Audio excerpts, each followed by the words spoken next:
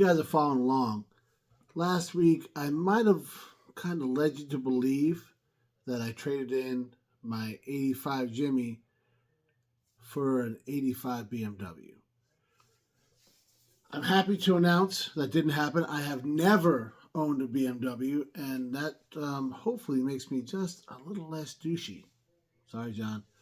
But I do have a BMW story for you, and we'll let you know what I did get on this week's Monday Morning Memory from Pugliese Speed Chat. First, we'll talk about the BMW story. So my buddy Johnny Cappuccino, huge BMW guy, his first car, 83 318i, that had a 2.0 in it with a 5-speed. It had like the crank sunroof. It was gray. I think all of them were like a silver gray or something. But he got this car, and we may have been skipping school and shooting down to like the Allentown Mall or something when we got stopped. And we didn't get stopped because we were skipping school. We were doing like 80-something mile an hour down Route 33. And it's not an 80-something mile an hour zone. Nice police officer stopped us, told us just that. It was not an 85 mile an hour zone. You should probably slow it down. Turns out John didn't have his license. Not that he didn't have it on him. He had the little stamped permit they used to give us back in the 90s up in PA. And he never went and got his picture taken, so his temporary one was expired. It was a whole deal. So the cop's like, yo, I'm going to have to take you guys to jail if I actually write this ticket. He says to me, can you drive a stick? I said, yeah. He says, you have a license? I said, yeah. So I give him my license. He goes and runs it, comes back and says, I noticed you like to drive kind of fast too. Might have had a couple points on there already. And he says, listen, take this guy, drive his car down to the DMV. The lady at the pass or whatever place it was like a separate place just to get your license done. And you're going to beg that woman to let you take a picture and get a license. Otherwise, you got to start the whole thing over, and that's an ordeal, right? So we do just that. We swap places in the car. I hit the next exit, make a U-turn, and we're going back to the Poconos. When we pass the same cop, and I'm doing 80-something miles an hour, he pulls us over. He's like, you have got to be kidding me. I was like, man, I'm not used to this car. It's a whole thing, whatever. He let us go. Probably the nicest guy on the planet that day. John went to the license spot and got everything taken care of. Lady was super cool. And then we just hung around we didn't go to school. Why would you do that? We just hung around and, I don't know. We'd probably try it again another day. But that's the BMW story. I'll flip you guys around and show you what we're going to talk about this week. So, as usual, coming over here to the books, we're going to go to mine. And, you know what? This guy is in every freaking picture. How does that, he's always like, hamming it up, like I said. But, a little malfunction there. We got her. Oh, look at that. Big shocker. There he is again. But, obviously, big snowstorm up in PA. And that's a Jeep stuck off right over there. But this is where I had the car most of the time, down in sunny San Diego. They named it San Diego. That's my 1996 Dodge Neon. You could tell how sweet it was because, it's got the bra on it. All right, that's 90s. Other than the blackouts, that's another way you're in the 90s, guys. But here, got a couple more shots of her. They might look like 5-star wheels with their hubcaps, guys. We keep it classy around here. My apartment in San Diego. And back in the snow. Me and Megan taking a trip. And I guess I'm pretty excited. Yeah. That about does it for those pictures of that car. Actually, I probably have a couple more. And we'll talk about why it might look a little different in the other pictures. If you guys were paying attention during the intro, you already knew that we're talking about the Neon. But how does a hot rod guy that his first car ever was a 77 Trans Am turn into I bought a Dodge Neon. The short of it, my father was the best salesman on the planet. That's how that happened. But I'll give you the details. I went down to his dealership with the Jimmy, and every intention of trading it in for that BMW. That was. They gave the guy $3,500 for that thing on a trade. They said my truck was worth $3,500. I paid tax and tags. I'm out of there for a couple $100, and I got a nice going down to San Diego. Nice BMW, just pick up the ladies. All right, so that was the plan. That was my plan. That was not my old man's plan. All right, so I get down there, and he's like, "Hey, let me show you something that you could have a warranty on. You're going to be over there in California on the base. Who knows what you got access to? And BMW parts are stupid expensive." All of this was solid advice, right? So I said, okay. And I thought we were going to look at some used cars or something. I didn't really understand how car loans worked. I was 18 and just barely figuring that kind of stuff out. I didn't, interest. None of that really made any sense to me at the time because, as you guys know, they still don't teach that stuff in school. But I said, okay, let's check it out. We walk over. He's like, hey, the Neon. By the way, guys, it came out in 1995, right? It looked a lot like this. And then in 1996, first year of the two-door. So we're looking sporty, right? This was the bottom of the line, guys. It was 5-speed, which I wanted anyways. It had AC and it had a tape deck in it. It didn't have a right side mirror. It didn't have the surfboard-looking spoiler on the back. I think it was 132 horsepower. Why the hell do I remember that? But if you got the Sport, it was like 150. I don't know what they did. I think it was a dual overhead cam instead of a single. I think that was the problem. That was the difference. But I did not have Sport money, okay? So we're looking at it, and we're like, we can get this thing for I think I paid 12 grand, 13 grand, something like that for it. I think, no, it's probably a little less than that. 11 or 12. Either way, because I had a little over $8,000 loan after I got the $3,500 for my truck. And I said, okay. I had $185 payment for 4 or 5 years, which I was like, okay, I can swing that. Now, guys, back then, when you came to the Navy, I made $777 a month before taxes. So I remember these numbers because that's pretty easy to remember. And I was still paying on my GI Bill, which is $100 a month. So 185 was actually kind of cutting a little close, but I lived on the ship. I ate on the ship. We should have been fine. So these are the things that's going through my head when I'm talking. Okay, I got a brand new car. This is great. Joining the Navy is the best thing I ever did because I'm buying a brand new car at 18 years old. This is awesome. And then I didn't look at it a different way. When I thought I was going to be leaving there with no payments and a BMW, I left there with a Neon and 5 years worth of payments. That's how I looked at it a little while later.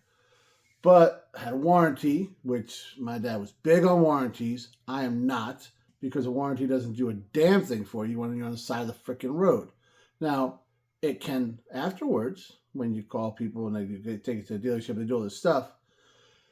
But right then, you're still stuck on the side of the road and got nowhere to go. So, especially a newer car, I had no idea how to fix this thing. So this was not the best idea for me. Some people, this is a great idea.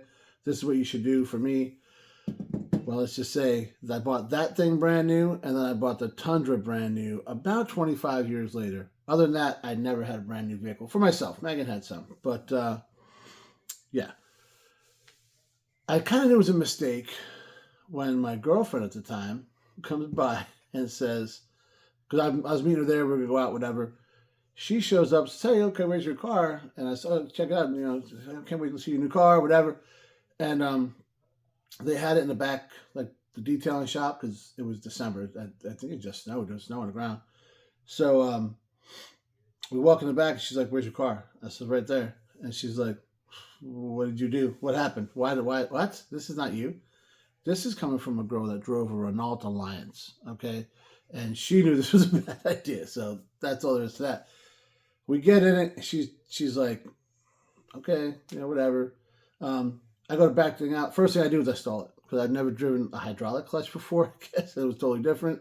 And she's like, "You know how to drive this thing?" I was like, "Man, this isn't working out how I want." But either way, we go out, all that kind of stuff, whatever. Later on, that week, I was driving around town, ran into my buddies, Derek and Elwood, or as you learned earlier, Dagwood and Elmo. And they were both in their lifted trucks. And they're like, "What the hell are you driving, dude?" And I was like, "Man, this is not good." But it still was, it was quick for what it was. It was really quick and had all the options I could imagine, right? I mean, still roll up windows and all that. My dad did, actually, no, not yet. So I go on deployment. I ended up flying out to California because I was going on deployment like 4 months later. And I get out there, go on deployment, come back, and we had the car shipped. So that's why you see my brother in this picture here standing next to the car, or in front of the car, was when I was on deployment. Well, we come back. I get the car shipped out to me. It cost me, I don't know, $1,000, something like that. Wasn't too bad. But there was a 70-something Nova sitting above this thing, leaking brake fluid on the hood of my car. Took all the paint off of it. The fender was jacked up. It's like, son of a bitch, man. So this is out the gate, guys, right? So I luckily, they had like a 10-year corrosion policy on those things. So I took it to the dealer, and they took care of it. Half-ass Earl Shive style, but they took care of it. You could actually see where they sanded it out. And as time went on, the fender got worse, and then they had to do it again. Okay, so now my dad would tell you that I beat the crap out of this car, and there was probably some truth to that, but I'll tell you what, I beat the other ones and everything since then, just as bad, if not worse, and they've held up. So I'm driving this thing, and at this time I wasn't beating it up. It was a pretty reliable vehicle, Like I said, I did a couple of things to it. When it showed up, my dad had put the other side mirror on for me. He put the little spoiler on the back. I'm sure he paid full price for the CD player that he took off the shelf in the back, but somebody upgraded to a CD player tape combo because that was like ideal back then. But the stereo sounded decent. It was all right, man. I had the windows tinted. We're good. And the air conditioning came out pretty handy in California, which I had never had before. So this was a big deal. Well, I believe it was Father's Day weekend. We were driving from San Diego up to Adelanto, where Megan's parents, old Jimbo and Bethany, where they lived. So it's about 150 miles, 2-hour trip, no big deal. I'm in the left lane, cruising around 70, 75 mile an hour, when fifth gear just cruising. And then boom! Like, what the hell was that? I can't see nothing, guys. Not a thing. Everything, smoke inside the car, outside, I couldn't see nothing. Somehow, I don't even know how, the grace of God, somehow I get the car to the right lane. Megan doesn't know what the hell's going on, right? We were just dating at the time. We get over there, and she said, "What the hell happened?" I said, "I don't know. It's a brand new car. The car was like a year and a half old. If that, really, to be honest." So, son of a bitch. They call a tow truck. They come and pick it up. And when the guy put it up on the tow truck, guys, there was a hole in the transmission the size of my hand. And I'm going to tell you this, if you ever seen a Dodge Neon transmission, it's not much bigger than the size of my fist. So there was gears down the highway. I feel bad for whoever behind us. They were dodging parts. So I'm like, man, all right. So I had to borrow my buddy's Fiero. And so we could make it up so Megan could see Jimbo for Father's Day. And Jimbo made fun of the Fiero a little bit. And I totally get that. But so we get back, and I'm like, all right, see what's going on here.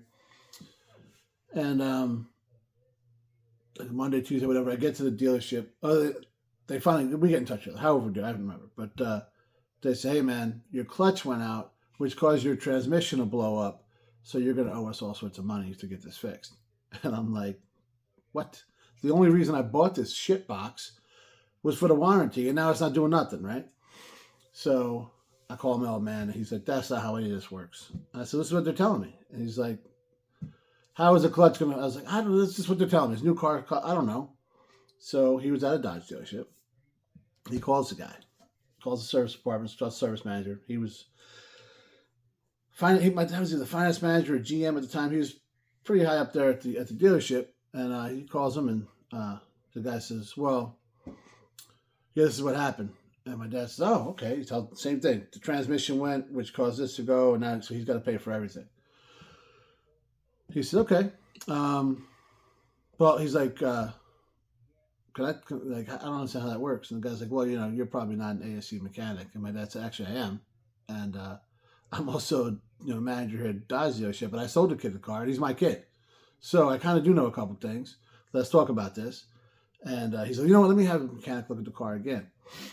So he does. He calls my father back, and he says, hey, what's funny is the transmission went out, and that caused the clutch. So yeah, we're going to cover it. Don't even worry about it. Well, my dad was already looking into it. And this Dodge dealership, which was on the Mile Cars in San Diego, which is basically how do I rip off a sailor.com. But they had already passed this through. It already went through Chrysler to get covered. They were trying to get paid again, which launched an investigation, and a lot of people this happened to, and a lot of people didn't have somebody working for Chrysler that could look into this, and they paid it. So they just had the money. I guess they paid. They said, okay, whatever. So lots of people lost their jobs on that one, and I'm really, really glad that happened. And they gave me a sweet loaner, which they didn't need. I had like a Grand Cherokee Limited, or so they're trying to kiss my ass, because I knew somebody, and they tried to screw me over. But get the car back, everything's fine. Then I'm on deployment again. I did this quite a bit back in the 90s. And Megan and I are married at this point. She's driving the car. She was coming from my brother's house. She was hanging out with his wife and coming back. It's like a 30-mile span. Loud bang again, and she's on the side of the road. Car's got no power. She gets it towed, and from the sounds of it, she's telling, I'm reading an email while I'm in Hong Kong, and then I go and call her, and I'm like, what the hell happened? And she's like, I don't know. Turns out, a spark plug shot out of the head, hit the hood, dented the hood that they terribly painted, and took a chunk out of the battery, and now the battery's bad too, and it ripped everything right out of it, out of the head. So, and then they said, because now the car had about 30-something, 40-something thousand miles on it by now, because I put the spark plugs in, that was a problem. They weren't going to cover it under warranty because it wasn't original equipment, which, as I've mentioned in videos down the shop, that's why I torque every spark plug will always be torqued, and because of the wheel problems on the Le Mans and the Le Mans, every freaking lug nut gets torqued. You learn things once. That's the way to do it, right? So they ended up helicoiling it, and I don't know, it ran fine for a while after that. Shortly after that, Megan got hit by an F-250 because the guy just didn't see her. Just at a light, just drove. Actually went to, I want to be in that lane, and drove right into her. The door didn't open. It was ended up with a replacement door on it. Before I replaced the door, we were I ended up almost falling out of that thing because I shouldered it on the highway. Jimbo had to grab me and pull me back in as we're going on the highway at 60, 70 mile an hour. I had this car for 4 or 5 years. We bought our first house. I mean, it was all half primered, half green, half red because I was trying to get ready to fix it after all the stuff wrong with it. And we bought the house. And Megan's like, I'll go over, open the door. You drive that thing right in. I don't want the neighbors to see it, But I ended up buying something, and I was driving that, and that was her car. And like I said, it was reliable-ish, but it always had something going on. And then I started working we transferred up to Channel Lake, but we lived in Adelanto, which was 90 miles. So I drive that thing every day. And because it got way better miles than anything else we own. And 88,000 miles. I'm driving down 395 with my buddy Greg. We're coming up on Four Corners, and boom! I'm like, what the hell was that? Check engine lights flashing at me, and it's rattling. It's making all sorts. It's still running, but it was a bang, and then I was like, son of a bitch. So we coast into this truck stop. We call his father. He comes and scoops us up with his like 76 Ford Ranger XLT 3/4. Dude, this thing was bad. This was a cool truck. It was old, like almost the same color as old Wade's truck. And he put a tow bar on it and drug the thing back to my house. And I tried to troubleshoot it down. It seemed like a wrist pin gave way for some reason, and just a cylinder quit working. And it would run and drive, but not well, and it sounded terrible. And of course, I still had 3 payments left, guys. I didn't even pay the piece of shit off, you know? However, Chrysler sent me the title and a thing saying I owed nothing on it. So that was kind of cool, until I went to buy another house, and it came up that I owed Chrysler $600. So that was a little bit of an ordeal. This was it sat in the, by this time I did have a primer all gray. At least it was one color, and I had everything else kind of fixed on it. And then now the motor's bad. I'm not doing anything else with this thing. I put it for sale for $1,000. I think a guy on eBay or something came and got it. And we have taken the wheels off of it, putting on a car Megan at the time, because the Neon had new tires on it. And then it was, guys, even getting rid of it, the wheels I went to put back on it were like off of a Camry, and they didn't fit right. And we ended up at the junkyard buying wheels for this guy. It was like this nightmare never wanted to end, which was evident when 3-4 years later I go to buy a house and it comes off my credit that I still owe Chrysler $600 for this freaking worst financial decision of my life. I am never going to financially recover from this. It did get me where I had to go for a couple years. The warranty bailed me out once. It cost me, I think, $800 to get everything helical at that time. Yeah, so I will never, ever do anything like that again. When I say that, I mean go into something with the perfect plan. Now, you guys know the BMW would have broke too, but I think I would look a little cooler doing it. But then I'd be a lot more douchey. I probably should have just kept it Jimmy. That's what I should have done. But after we got rid of that thing, things got a little bit better. But in the car department anyways, that's a story for another time. And, well, if you learned anything, steer clear of Dodge Neons. And any dealership around a base, you watch out. You want it up financing or something, even their service department will get you. Thanks for watching, guys.